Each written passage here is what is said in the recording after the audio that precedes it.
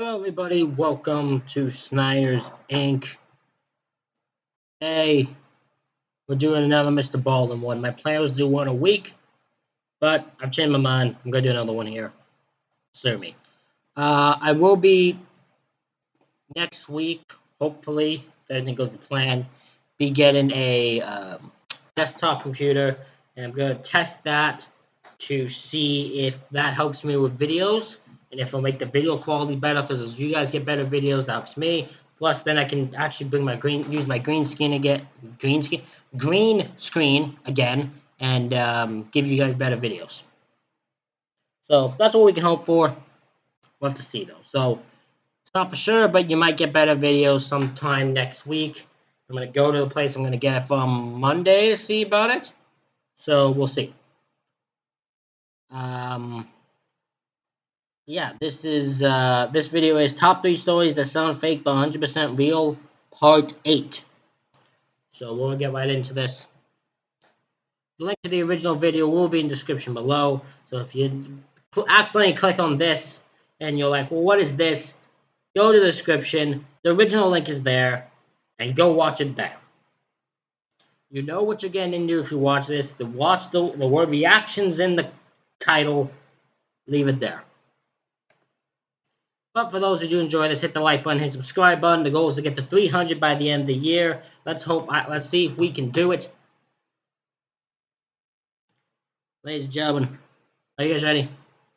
Of course you're ready. Let's go.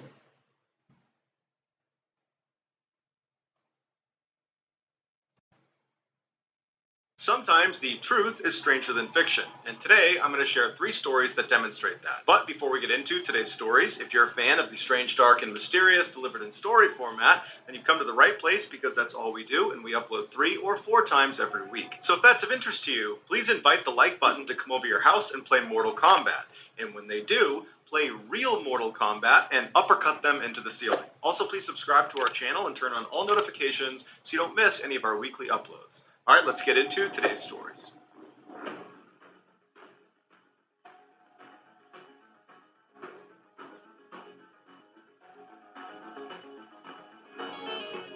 Oh, God. In 2013, Jim Stauffer's mother finally passed away from Alzheimer's disease at the age of 74. Her doctors told Jim that her disease had mutated in a way they had not seen before, and they asked if he'd be willing to donate her body so they could study her brain. Jim felt like his mother would want him to say yes, and so he agreed. But for a variety of administrative reasons, the neurologists couldn't actually accept Jim's mother's body. At this point, Jim was really bought into the idea that his mother's brain was going to help other patients. And so while he couldn't donate her body to these neurologists, he could donate her body to the Biological Resource Center in Phoenix, Arizona. This center would take dead bodies and then extract parts of them for scientific research, and then would cremate the rest of them and return the ashes to the family. Jim gave his mother's body to the center, and when he filled out the paperwork, he indicated that her brain should be extracted for Alzheimer's research. After filling out the paperwork, Jim left, and 10 days later, he received a wooden box in the mail that contained his mother's ashes. There was no note attached to the box explaining exactly what was done to his mother's body, but Jim assumed they did what he asked. A year later, that Biological Resource Center was raided by the FBI after accusations they were selling these donated bodies for profit.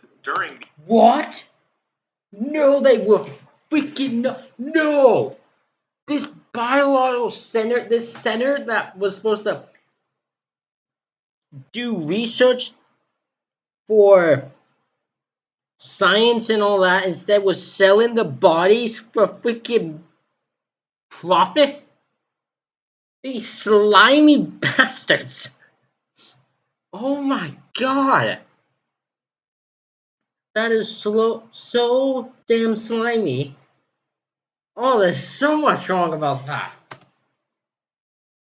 The FBI's investigation, they uncovered that yes, the center had been doing that and had sold at least 20 bodies to the U.S. Army for various experiments. And one of Is the Army allowed to do that? Wait, does the Army get in shit for this?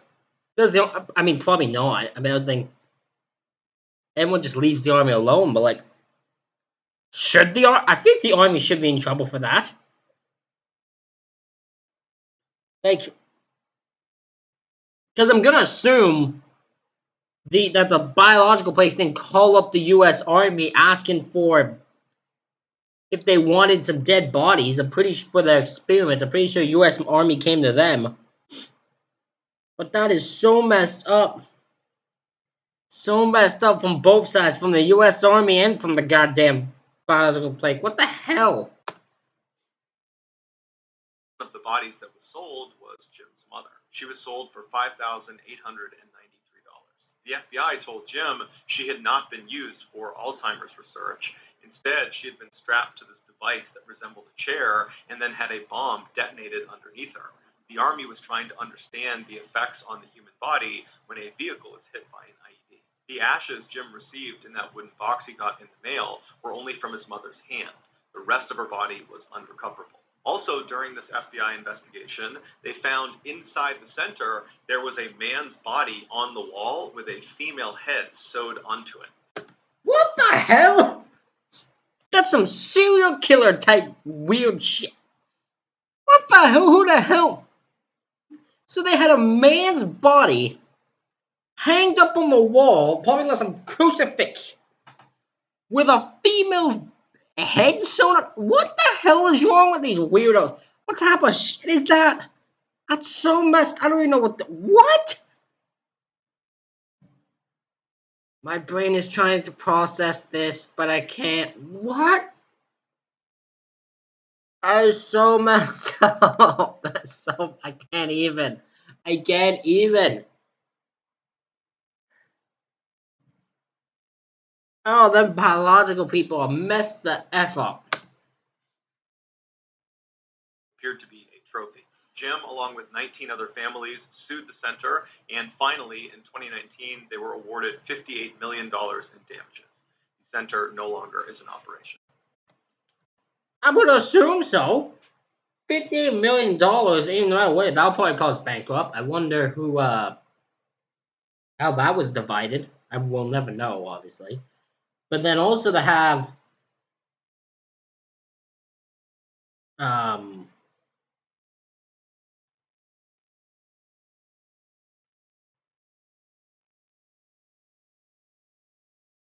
what was it gonna but yeah, I'm gonna assume the thing's no longer a thing. If it was still running, that's worse. If I raise it, finds all this, then still lets it go, yeah, of course it's shut down. Everyone in it's freaking sick. The bad way, not medically sick, like just messed up sick. In 2004, Mitch was in his final semester at a college in Louisiana when he met another senior, a wonderful young lady named Kayla. From the instant he saw her, he knew he was in love. She played hard to get at first, but after several months, he won her over. After graduation, the pair stayed in Louisiana and moved in together while they got their careers off the ground. 2 years later, the pair got married, and almost immediately, Kayla got pregnant. At the time, Mitch's career was really starting to take off, which allowed Kayla to stay at home and take some time off. By the time their daughter was born, Mitch was making so much money that Kayla decided to just stay home and be a full-time mom. A couple years later, Kayla got pregnant again, and by the time their daughter was 2 years old, they had their son. Mitch adored his children. Every morning before he went to work, he would sneak into their room and he would watch them sleep. And then in the evenings, they would have these big family sit-down meals and then play games together until bedtime. Mitch's life was perfect. Shortly after his son's birth, Mitch got what he wanted. Mitch got the girl he wanted. He has a great career. He has his 2 kids. Everything's going good for Mitch. What's gonna go wrong? That's what worries me. Mitch was lounging on the couch in his TV room when he noticed out of the corner of his eye the red lamp in the corner of the room. It just looked funny. It was almost like the light itself was blurry, but when he looked a little bit closer at it, the entire lamp looked blurry. So Mitch looked around the room and nothing else was blurry. He rubbed his eyes and looked back over at this lamp and it was still blurry. He turned the TV off and walked over to the lamp, and even though he was right in front of it, The lamp was still blurry, and Mitch didn't have bad eyesight, and so he's thinking, is there something wrong with me? Am I having a stroke? Do I have an aneurysm? Is there some sort of illness here that's making me see this lamp blurry when it's really not? But Mitch told himself he was healthy and that whatever this was, it was an anomaly and nothing to worry about. And so he went back over to the couch, turned the TV back on, and tried to ignore the lamp. But as he was watching TV, out of his peripheral vision, he couldn't help but notice this weird blurry lamp. And so finally, he turned the TV off again, and he turned to look at this lamp. And now, in addition to being blurry, it appeared to be upside down. Now Mitch was genuinely concerned that there was something wrong with him, because again, nothing else in the entire room was blurry or upside down. It was just this lamp. So a few minutes later, his wife and his kids came home, and Mitch decided he would not tell them about this lamp. He didn't want to alarm them. He figures he will get to the bottom of this blurry lamp, and then he will tell his wife and kids. So that night, the family has a sit-down meal, and then afterwards they play some games together, and then everybody goes upstairs and goes to sleep. But after everyone had gone to sleep, Mitch was just laying in bed thinking about this lamp. And so finally, he snuck out of his bed and went downstairs to the TV room, and he sat on the couch, and he just stared at this lamp. And for hours and hours, he just fixated himself on this lamp, watching it kind of morph around and turn upside down and get blurrier and blurrier by the second. The next day, Kayla found Mitch lying on the couch, passed out, and she asked him if he was okay. And again, Mitch didn't tell her about this lamp that was still blurry. He just told her that he wasn't feeling well and he was not going to go to work that day. But Mitch didn't go to work for 3 more days. He just sat on the couch and stared at this lamp. And Kayla obviously picked up on this strange behavior and kept poking and prodding to get more information about what was going on. But Mitch never told her the truth about this lamp. He just kept telling her he felt sick. She urged him to go see a doctor, but Mitch told her it would be fine, he'd get better. And then over time, as this lamp continued to morph and get bigger and get stranger and stranger, Mitch suddenly was unable to respond to his wife. He became totally unresponsive. And so obviously his wife became desperate and called the doctor. And as she's on the phone with the doctor trying to get advice about what to do, Mitch realizes the lamp is now growing in leaps and bounds. And before long, the lamp is the entire size of the room, and all he can see is the red color of this lamp. And then Mitch starts to hear these voices, these screams coming from somewhere in the distance, and then he feels this blinding pain in his head, and then he opens his eyes, and he looks up, and he sees he's laying on the sidewalk next to one of the buildings at his college in Louisiana, and surrounding him is this crowd of people with wide eyes that are staring at him. Mitch had no idea what was going on, and so he naturally just began scanning the crowd, looking for Kayla and his kids to try to figure out, how he got here. But before he could ask any questions and before he could find his wife and kids, a police officer ran through the crowd, picked him up, and ran him over to his police car, put him in the back, and then began driving away. And so while Mitch is in the back of this police car, he turns to the officer and he says, "What's going on?" And the officer would tell him he was attacked by a huge college football player. He got hit in the head and he fell backwards and he hit his head again and he fell unconscious. Mitch asked the officer where his wife and kids were, and the cop said he had no idea. That's when it clicked for Mitch. The lamp wasn't real. Neither was his wife, neither was his daughter, neither was his son, neither was his life. For the past 10 years, it was all... What? This guy, while unconscious, imagined 10 years of his life. Imagined his wife. Well, so he's like, his wife might be like the girl. The girl he imagined might be real. And it could be, because he's not a football player, apparently, seemingly. It could be the girlfriend of the football player that took him out. That is a possibility. But him marrying her didn't exist. The kids aren't real. Nothing is real. He imagined 10 years of his life. That's got to be heartbreaking, because you got to be your life that you want. You open your eyes and realize it does not exist. It's all made up. Never happened. That has got to break your heart, and it's got to destroy you mentally. Damn, man. all a hallucination while he was unconscious after getting attacked. Mitch was brought to the hospital where he would make a full physical recovery, but after being released, he was horribly depressed and he had to get intense therapy to basically grieve for the loss of his family that never existed.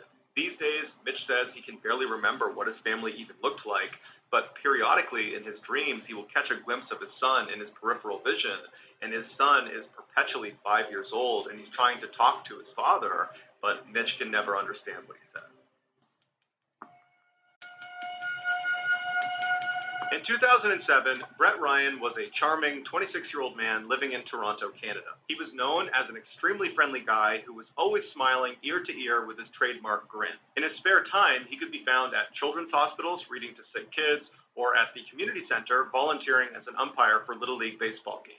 But behind his seemingly perfect exterior, behind the scenes, Brett was struggling. He had to move back in with his parents after dropping out of college and racking up over $60,000 of debt. While his friends graduated college and went on to begin their careers in medicine and finance and education, Brett was only able to get a job as a part-time house painter. Brett felt like he had a lot of potential that he was squandering, but he felt like the debt that he had racked up was really his roadblock between him and the life he was supposed to have.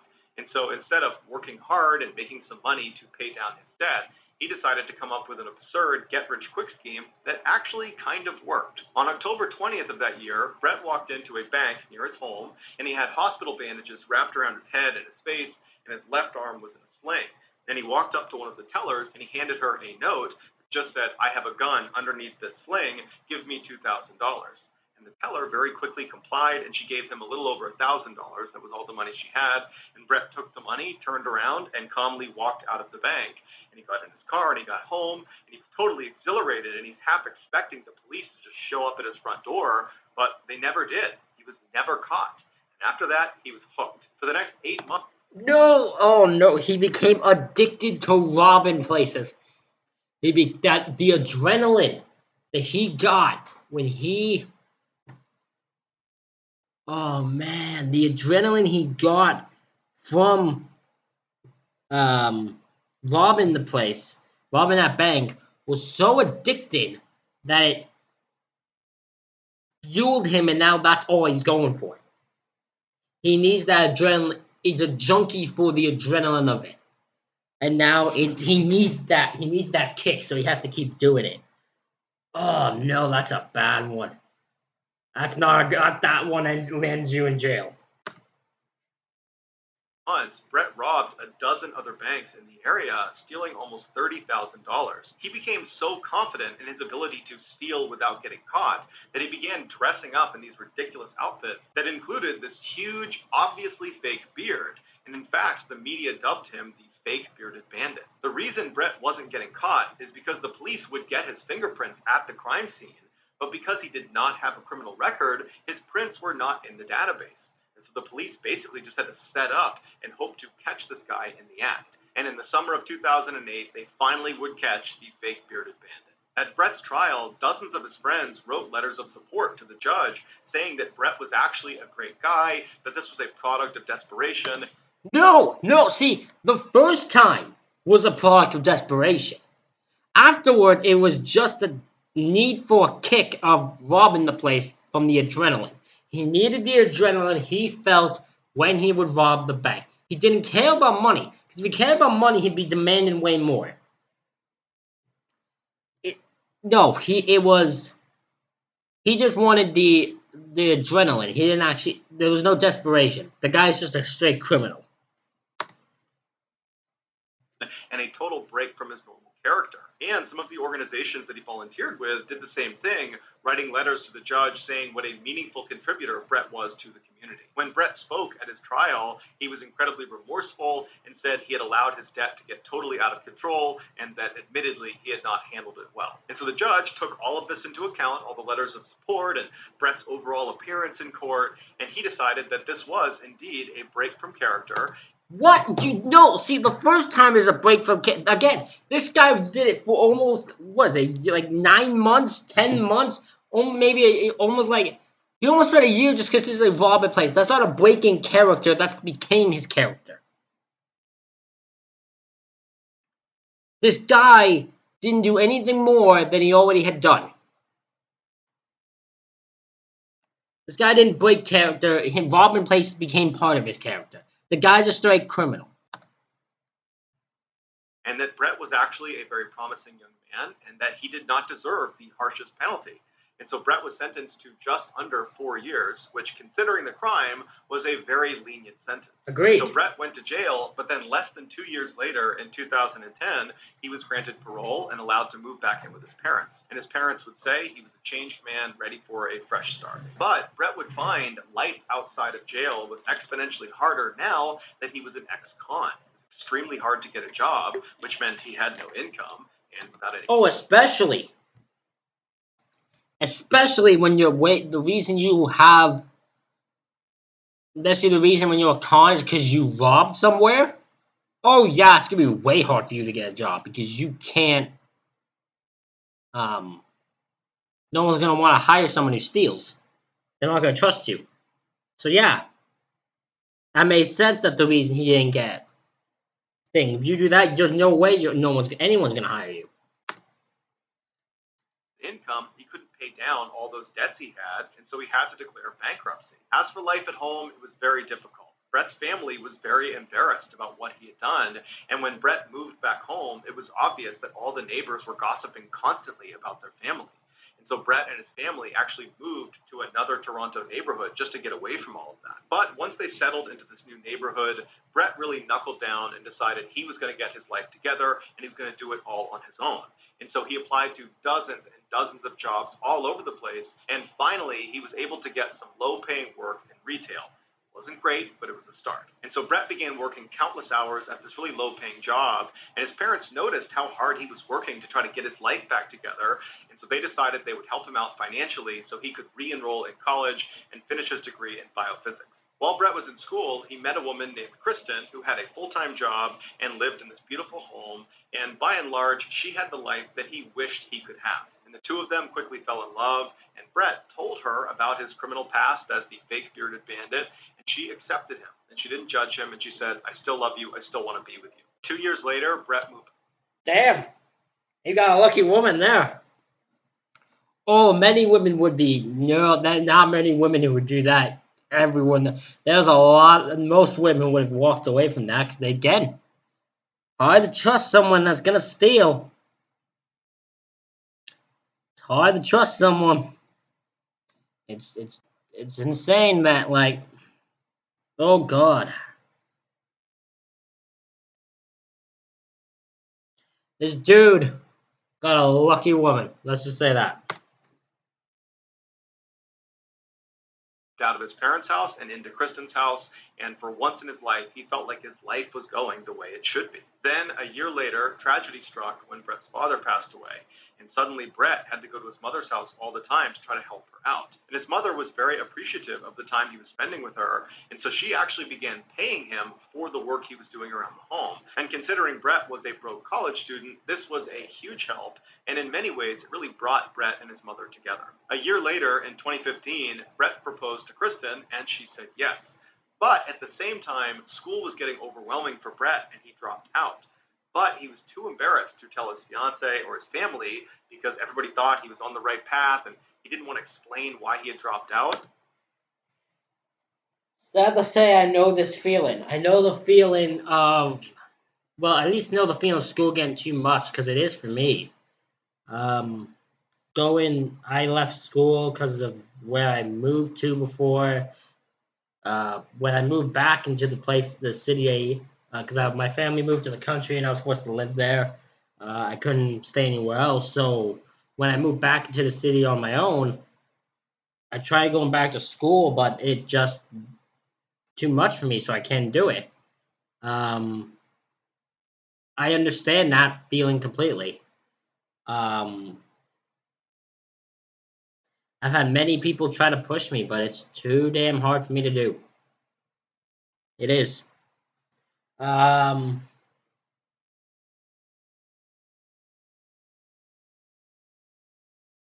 I don't even know. I don't know really what else I was gonna say. I had a thought, but it kind of blanked out of my brain. I hate it when it happens. And so he just pretended to still be in school. Then, in the spring of 2016, when Brett should have been graduating, he got a very lucky break when a big tech firm in Toronto offered him a job. On paper, Brett should not have gotten this job. He wasn't qualified, he didn't have a degree. But in getting this job, Brett was able to tell his fiance and his family that he had just graduated college, and that was how he was getting this job. His family and his fiance were a little confused why they weren't invited to his graduation ceremony, but nonetheless, they were very excited for him and they took him out. That'd be no, see, that'd be too sketchy. If I had someone just say I graduated, like if I was dating someone and they told me I graduated and they didn't invite me, nah, I'd be too sketched. That'd be something sketchy to me. I wouldn't trust it. And they celebrated. Then, a week after Brett accepted this job, the tech firm rescinded their offer when they discovered Brett was in fact the fake bearded bandit. Now, Brett panicked because this job But no, see, no, represented this perfect piece to his web of lies that allowed him to pretend he had his degree and that everything was so great. but you don't have to. That doesn't mean you didn't graduate. It's not like they're like, what, you didn't get the job, you clearly didn't graduate. You didn't get the job because of your past. Like that's something you're used to at this point. That's something your family knows that happens to you. That's something your wife probably knows happens to you. Or your fiance knows happens to you. So that wouldn't be shocking to them. They wouldn't turn on you because of it. Like that's the way it went because your past, unfortunately, people don't get second chances, especially when you do what he did. It's not. It doesn't stop you from saying you graduated.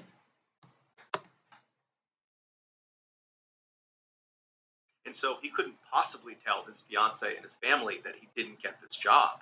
And so he decided he would just lie and pretend to go to this job every day. Meanwhile, Brett's mom began bragging to all of her new neighbors about her son Brett, who had really turned his life around. He graduated from college, he got this great. See, him pretending doesn't work because I guarantee you, at some point, his fiance, who he lives with, is gonna ask why he has no income. That's gonna come back to bite him. Guarantee you. Job, he's got a beautiful fiance, he's got this wonderful home. Everything is just going great for Brett. At first, Brett was able to push the guilt out of his subconscious and just live this ridiculous lie. But as his wedding day approached, the weight of all of these lies and the guilt he felt, it became overwhelming. And practically speaking, he was worried about how he would explain to his new wife why he had no income despite having this full-time job. And so he went to his mother and he told her the truth about dropping out of college, about not getting that job offer. And then he said, "Can you keep all of this a secret? And can you give me a whole bunch of money so I can keep living this lie?" And she said, "No. And in fact, you need to tell your fiance that you're lying or I will." Of course, that's gonna be the case. The mother's not gonna go along with the lie. The mother's like, no, you need to be honest here. Just tell them what happened. This was the worst case scenario for Brett and one that he was not prepared for. He really thought his mom would be like, "Yep, let's do it. Let's keep this thing going." But when she didn't, he didn't really know what to do. He believed if Kristen found out the truth, she would leave him and that would ruin his perfect life. And so he decided he would not tell Kristen. Instead, he would kill his mother. Because he. What the fuck?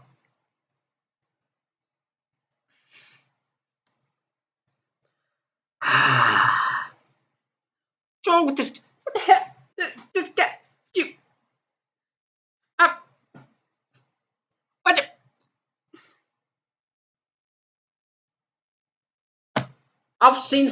I've heard some stupid things. This guy is the most ridiculously stupid human being I've ever met. This guy's the most effed up in the head human being. This guy is so desperate to keep a perfect life.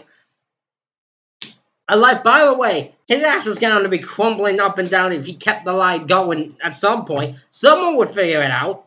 So, like, what's this guy's plan here? This guy's a moron. Ignorant dipshit and more. My brain is baffled by what I just heard. he was an ex-con, he couldn't buy a firearm. However, he could buy a crossbow.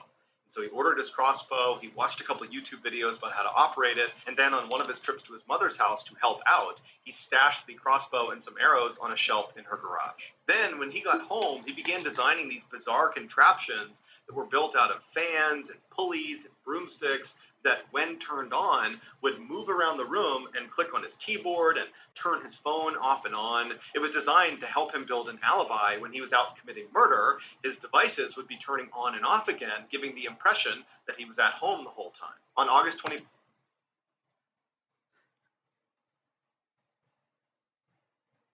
What? I mean, I guarantee you he ain't the first. Okay. I guarantee you ain't the first guy to come up with that part of the idea. Make a bunch of contraptions to make it seem like you're doing stuff, even though you're not. Like, I don't think the people who do this all committed murder like this dipshit, this ignorant dipshit is. This slime of the earth is. I think more what everyone else is for is they can sleep instead of working. That's my guess. But I guarantee more people have done that. 25th, 2017, all his preparations were done. He woke up early that morning and he began getting ready for his fake job. At the same time, Kristen was also getting ready for her real job. And then at 7:30, when they were both ready to go, they hopped in their respective cars and headed out for the day. But Brett slowed down at the end of the street and waited for Kristen to disappear around the corner. Brett turned back, went back into his house. He went up to his room and turned on all of his bizarre alibi contraptions that he made sure were turning off and on his devices correctly. And after a while, once he was confident these devices would work, he hopped in his car. So here's a question I had for you, Brett. What was your plan going to be when they asked your wife what you did during the day, and she said, "Oh, he must have went to work." Then they find out, no, he stayed at home all day, didn't actually work. Let's say it went to your game plan, Brett. Your girlfriend would have found out you didn't actually go to work, which would have messed your whole thing up because you would have to explain that. You didn't think that part through, I don't think.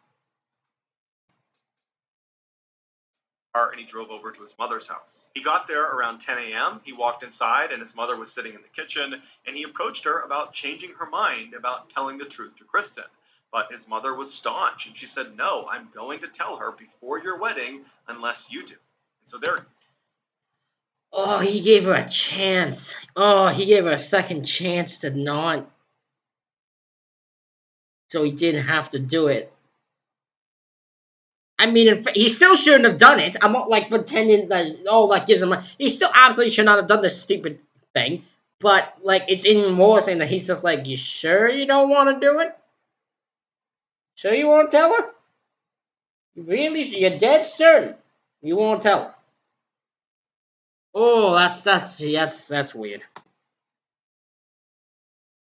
Exchange got really heated, and before long, his mother actually called one of his older brothers, Chris, to come to her house and talk to Brett to defuse this situation. Brett was furious and stormed out of the kitchen. He grabbed the door that led into the garage, and he stormed in to try to get his crossbow off the shelf. But his mother followed after him. Now, the crossbow had not been loaded when he put it up on that shelf. And Brett was not very good at loading it, and it would take several seconds to actually do it. So he's thinking to himself, when I pull that down and begin loading it, she's going to see the weapon, and she's going to run outside before I can get to her. And so when he reached up, he didn't grab the crossbow, he grabbed the arrows. And in a swift motion, he pulled them down, re-gripped them like a knife, faced his mother, and began attacking her viciously. She fell backwards, and a shelf actually landed on top of her, pinning her to the ground. At which point, Brett seized the opportunity. He got up, grabbed a piece of nylon, he wrapped it around her neck, and he suffocated her. As soon as This dude is so messed up, bro. This dude needs some help. He needs some mental help because this guy is off the effing rails. Like he's lost the plot. This guy does not. He's so desperate for perfection that doesn't exist. Perfection doesn't exist. If you go for your perfection, you will end up with nothing. And this guy in the end is going to end up with nothing because he's taken lives to keep his perfect life. He is ah! As she was dead, Brett pulled her out from under the shelf and dragged her to the side of the garage. He put the shelf back up, and then he began loading his crossbow because he knew Chris, his older brother that his mother had called, was going to be here soon. And so he hid behind the door inside of the garage and just waited. And at some point, he heard Chris's car pull into the driveway. Chris walked into the house. He yelled for his mom. He yelled for Brett, but he didn't get a response. And eventually, Chris made his way to the open door leading into the garage. He stepped inside, and as soon as he did, Brett silently got up behind him, and he fired one shot directly into the back of his neck. He walking dead him. He walking dead him. That's why we got this picture. Tells the story perfectly. Killing him instantly. Brett took Chris's body and piled it on top of his mother's, and as he was putting a tarp over top of them, he heard another car pulling into the driveway. It was his younger brother, AJ. Now, at this point, Brett knows he is in too deep, and he has to finish. What the hell? Just leave, bro. Just walk away. Just leave while you can. You don't need to keep killing your own family because you're a dipshit and ignorant fuck. Ah! Oh, I hate this dude so much. The job, and so he doesn't have time to load his crossbow. And so again, he just grabs one of the arrows and he walks outside and he sees AJ getting out of his car and he runs up to him and he jabs the arrow into his brother's neck. So they're fighting in the driveway. Meanwhile, Brett's other brother, Lee, who's actually in the house sleeping, he wakes up to the sound of this commotion outside in the driveway. He looks out the window and he sees his brothers fighting, and so he runs downstairs and he comes outside, and at this point, AJ is laying on the ground and he's basically motionless, and Brett is standing over him, and Brett turns and he sees Lee in the doorway, and he runs off after him. Lee sees his brother running at him and just turns and runs into the house, but he only gets a few feet before Brett jumps on top of them, and then the two of them have this vicious fight where Brett is trying to stab him with the arrows, and they're basically both fighting for their lives, and at some point, after Lee suffers several very deep cuts, he manages to throw Brett off of him, and he runs outside to his brother AJ, who's now crawled all the way to the street. And in fact, AJ had managed to flag down a neighbor and got his neighbor to call the police. As for Brett, after Lee had managed to fight him off and ran outside, he knew he was done. And so instead of chasing his brother outside, he put his arrow down and he walked into the kitchen. He opened up the fridge. He took a bottle of water out. He left the fridge door open and just walked out to the front steps and sat down and drank his water while he waited for police to show up.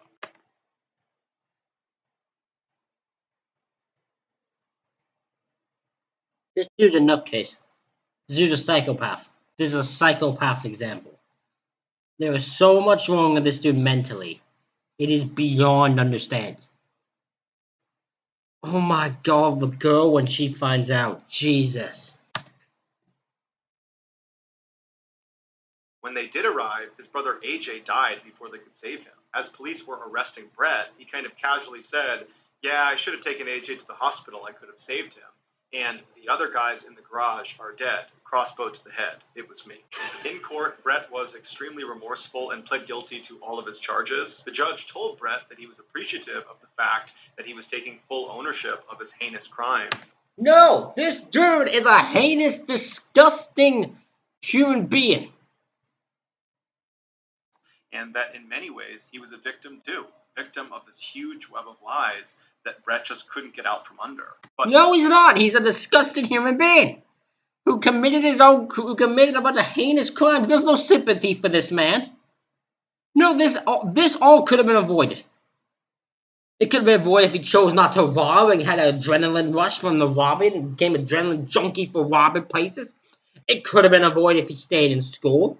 However, I can understand that one. It also could have been avoided if he told the truth about the job, the fact of the job. And he didn't get the job because of his past history. That wouldn't have been bad. Like, this all could have been avoided. The dude's a psychopathic, heinous human being. But nonetheless, Brett was given 3 consecutive life terms, one for each of the murders he committed. The only surviving family member, Lee, the brother who was attacked last, managed to run outside and escape Brett. He said that his life was shattered that day and that he can barely go outside because of his extreme post-traumatic stress. So that's going to do it, guys. Oh my god, that's gotta be insane to be not even like you leave, you go outside and all you do is vision what happened between you, that those brothers that you saw, and what happened between you and your own brother who was trying to kill you. That has gotta be scary as can be. The stress gotta be boiling for this dude.